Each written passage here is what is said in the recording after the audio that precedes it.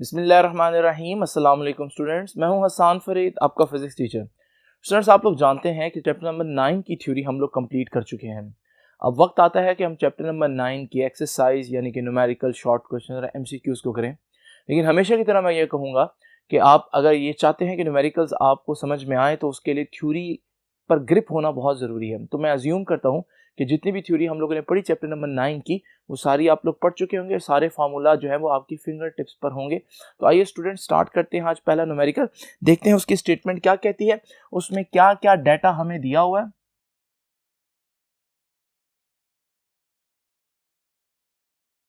क्या मालूम करना है हमें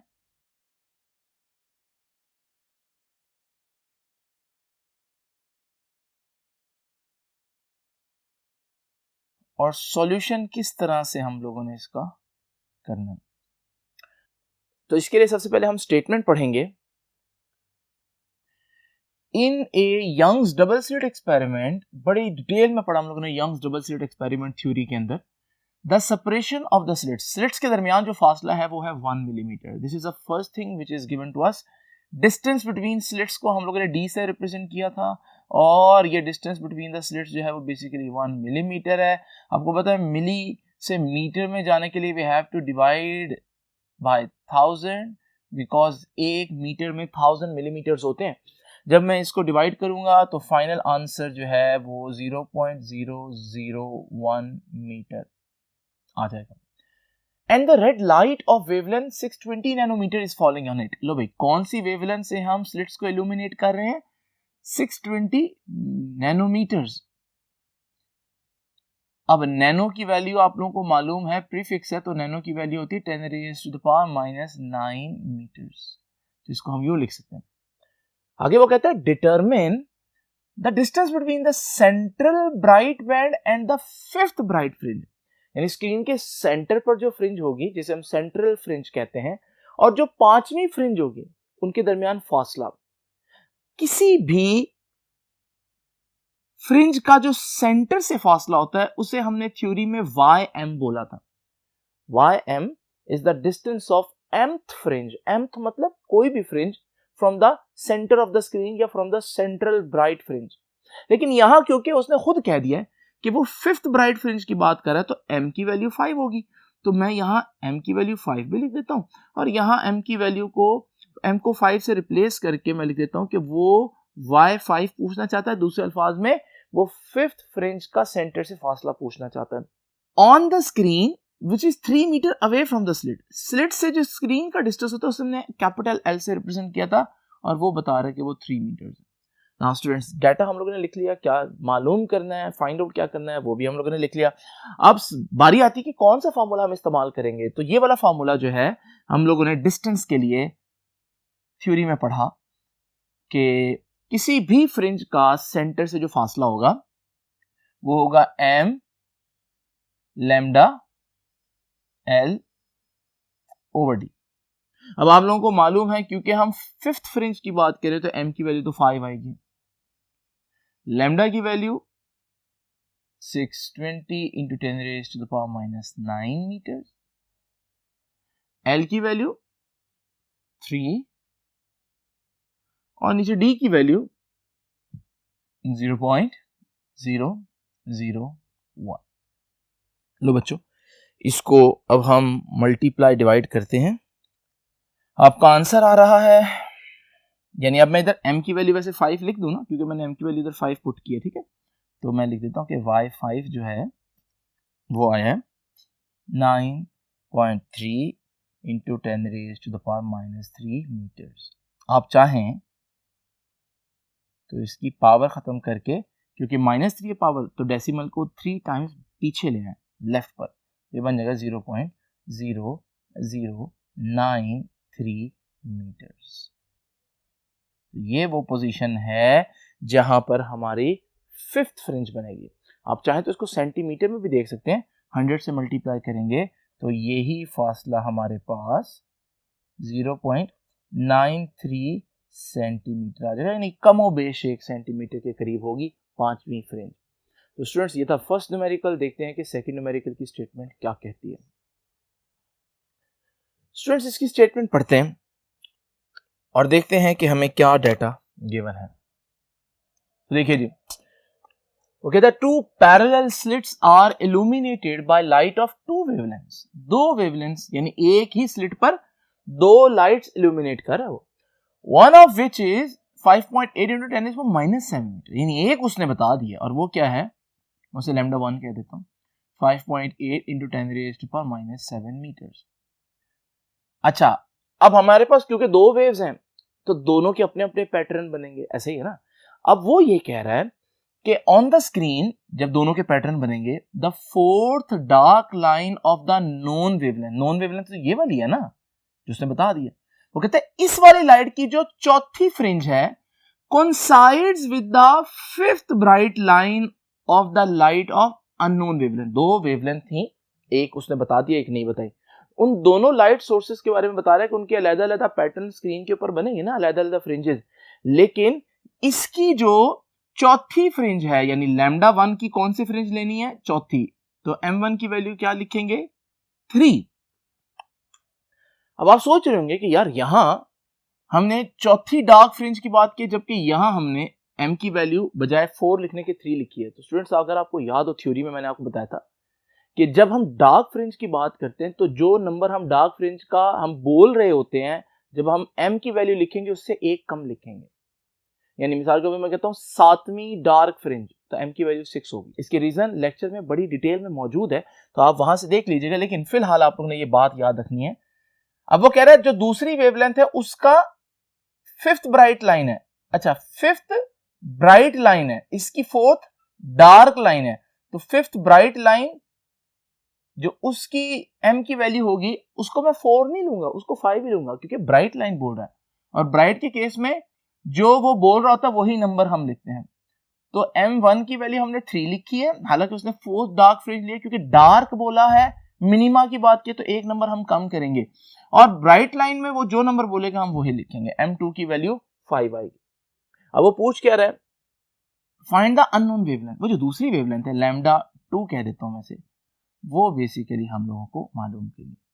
तो अब हम देखते हैं इसमें कौन सा फॉर्मूला जो है वो अप्लाई होगा। देखिए स्टूडेंट, सबसे पहले हम बात करते हैं जो पहले वाली डार्क फ्रिंजेस की, तो मैं लिख देता हूं y डार्क, ठीक है। डार्क फ्रिंज का सेंटर से फासला y डार्क लिख रहा हूं, लेकिन उसकी फ्रिंज कौन सी थी आप देख रहे हैं ना, फोर्थ डार्क फ्रिंज, तो यहां मैं 4 लिख देता हूं, ठीक है।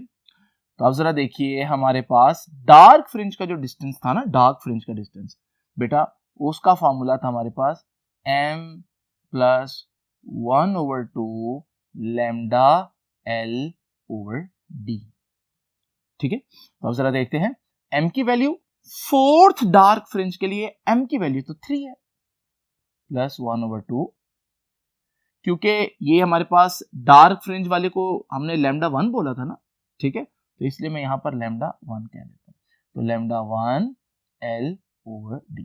अच्छा, इसको सॉल्व करते हैं। इसको सॉल्व करेंगे ना तो ये आ जाएगा 7/2 ब्रैकेट के अंदर, बाहर लैम्डा 1 l ओवर d। ये पोजीशन बन रही है चौथी डार्क फ्रिंज की, पहली वेवलेंथ की यानी पहली जो रोशनी थी उसकी चौथी डार्क फ्रिंज है ये। अब जरा देखते हैं कि पांचवी ब्राइट फ्रिंज जो दूसरी रोशनी की है वो कहां बनेगी। अच्छा, ब्राइट फ्रिंज के लिए जो फॉर्मूला है वो होता है m lambda l over d, ठीक है, m lambda l over d। अब क्योंकि ये ब्राइट फ्रिंज की बात कर रहा हूं तो मैं इसके साथ ब्राइट लिख देता हूं, और ये ब्राइट कौन सी है जी, ये पांचवी ब्राइट है, ठीक है, तो 5 लिख देता हूं।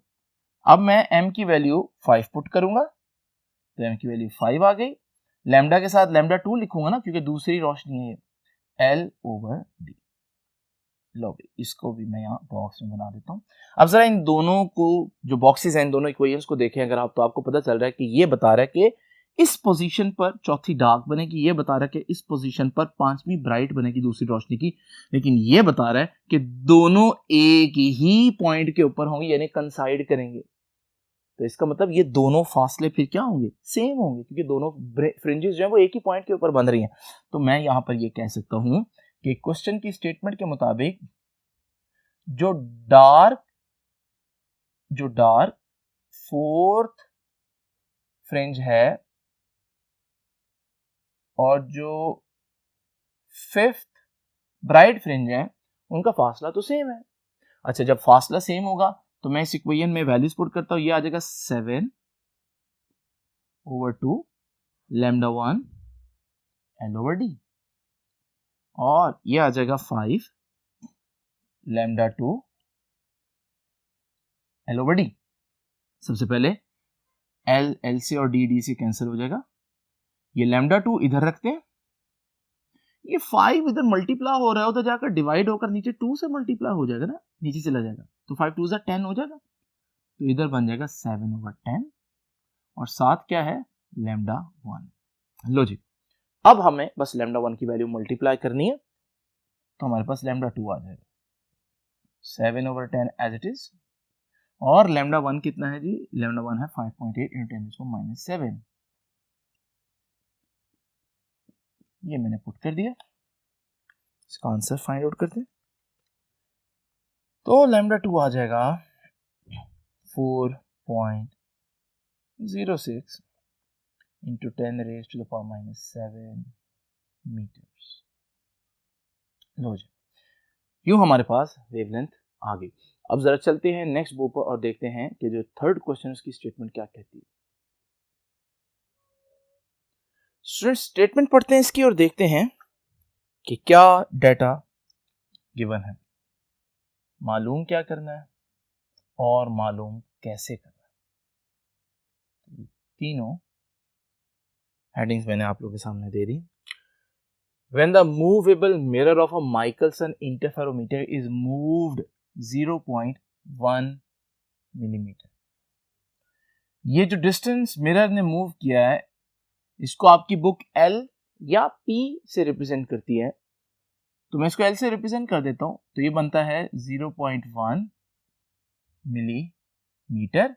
इसको मिली को अगर हम सब्स्टिट्यूट कर दें उसकी वैल्यू तो 10⁻³ होता ना मिली, तो आ जाएगा। How many dark fringes passes through the reference point, कितनी डार्क फ्रिंजेस रेफरेंस पॉइंट से पास करेंगी, m की वैल्यू पूछ रहा है। If the light of wavelength 580 nanometre is use, लो भाई वेवलेंथ भी उसने दे दी है 580 नैनोमीटर्स, इसको भी हम नैनो की वैल्यू पुट करके स्टैंडर्ड यूनिट्स में ले आएंगे। नाउ स्टूडेंट्स, माइकल्सन इंटरफेरोमीटर में हमने सिंपल एक फार्मूला पढ़ा था और वो था कि L = m λ/2, बट हमें तो m फाइंड आउट करना है, तो m को हम एक तरफ रखते हैं, ये 2 उधर डिवाइड हो रहा है उधर जाकर L से मल्टीप्लाई होगा, और ये लैम्डा इधर मल्टीप्लाई हो रहा है तो जाकर डिवाइड होगा। अब L की वैल्यू आप लोग जानते हैं कि 0.1 × 10⁻³ है, और लैम्डा की जो वैल्यू है वो 580 × 10⁻⁹ है। तो स्टूडेंट्स देखते हैं इसका आंसर क्या आता है। m की वैल्यू आ रही है 344, तो ये 344 फ्रिंजेस जो हैं वो पास करेंगे। अगर हम आंसर को गौर से देखें तो ये है 344.8, और 344.8 को अगर हम राउंड ऑफ करें तो ये ज्यादा करीब है 345 के, तो आप ये भी कह सकते हैं कि 345 फ्रिंजेस जो है वो पास करेंगे। तो स्टूडेंट्स अब चलते हैं फोर्थ क्वेश्चन पर, देखते हैं कि उसकी स्टेटमेंट क्या कहती है। आइए स्टूडेंट देखते हैं कि नंबर 4 की स्टेटमेंट क्या है। A soap film has a refractive index of 1.40, ये है रिफ्रैक्टिव इंडेक्स, इसका कोई यूनिट नहीं होता। How thick must be the film, ये पूछ रहा है कि ये कितनी थिक होगी, तो थिकनेस को हम T से रिप्रेजेंट करते हैं। If it appears black, black का मतलब है अब ब्लैक तब अपीयर होगी जब डिस्ट्रक्टिव इंटरफेरेंस होगा। When mercury light of wavelength this, lambda है 546.1 नैनोमीटर, जिसको हम 546.1 इंटू 10⁻⁻⁹ मीटर भी कह सकते हैं। Falls on it normally. अब स्टूडेंट्स हम m की वैल्यू यहां पर 1 लेंगे। वो फार्मूला जो यहां पर इस्तेमाल होगा वो है 2nt = m लैम्डा। अब आप लोगों को मालूम है कि हमें t मालूम करना है, वो थिकनेस मालूम करनी है जिस पर डिस्ट्रक्टिव इंटरफेरेंस होगी, तो m लैम्डा इधर रखते हैं और 2 और n उधर ले जाते हैं। m की वैल्यू जैसे कि मैं बता चुका हूं कि 1 यूज होगी, लैम्डा जो है वो 546.1 इंटू 10⁻⁻⁹ आ जाएगा, डिवाइडेड बाय 2 और साथ n की वैल्यू कितनी है 1.4। अच्छा, मैं इन चीजों को अलग सॉल्व कर लेता हूँ, 10⁻⁹ को अलग। तो जरा देखते हैं जी इसका क्या आंसर आता है। तो ये आ जाएगा 195 और ये आ जाएगा 10⁻⁻⁹ मीटर। 195 को एज इट इज लिख दें, 10⁻⁻⁹ को नैनो बोलते हैं, तो ये बन जाएगा 195 नैनोमीटर। तो इसका मतलब कम से कम थिकनेस 195 नैनोमीटर होगी तो हमारे पास डिस्ट्रक्टिव इंटरफेरेंस आएगा। चलते हैं नेक्स्ट बोर्ड पर और देखते हैं कि नेक्स्ट क्वेश्चन की स्टेटमेंट क्या कहती है। आइए स्टूडेंट स्टेटमेंट पढ़ते हैं नंबर 5 न्यूमेरिकल की। अ डिफ्रैक्शन ग्रेटिंग हैज 5000 लाइंस पर सेंटीमीटर।